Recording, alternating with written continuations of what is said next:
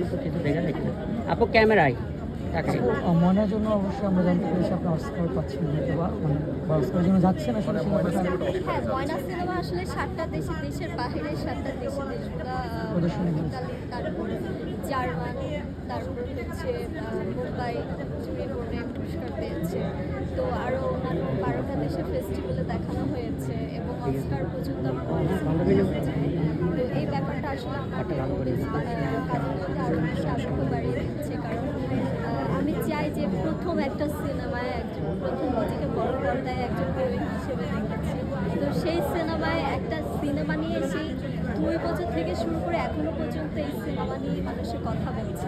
এই ব্যাপারটা আসলে আমাকে খুবই প্রাউড ফিল করি, কারণ অনেকে আছেন অনেকগুলো সিনেমা করছে বাট তার নাম আসছে না বা সিনেমার নাম আসছে না।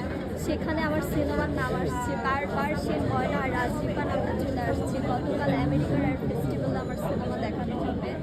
তো এই ব্যাপারটাও আমার কাছে খুব ভালো লেগেছে এবং আমি চাই নেক্সট কোনো কাজ করলে খুব ভালো কোনো কাজ করবো, চ্যালেঞ্জিং কাজ করবো, যেন ময়নার মতো করে হাইলাইট করতে পারি। এই যে দেশের বাইরে যখন কাজ করতে যায় তখন একজন আর্টিস্ট হিসেবে কতটা ভালো লাগে?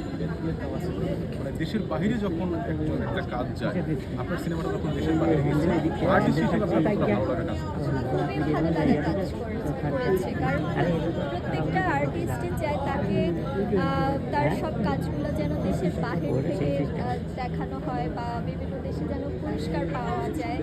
এই ট্রাইটা আসলে সবাই করে। তো প্রথমেই আসলে এই যে অস্কারে দেখেন কাদের সিনেমা ছিল, জয়া আহসান ছিল, মেহেজাবি নামটা ছিল, যাদের সাথে আমার এই ছোট্ট রাজদীপা নামটা আমি আসলে অস্কারের সাথে আমার নাম জড়িয়েছে। এই ব্যাপারটা আসলে আমি বলবো যে আমার মিডিয়ার ক্যারিয়ার সর্বোচ্চ পাওয়া একটা জিনিস যেটাকে বলে।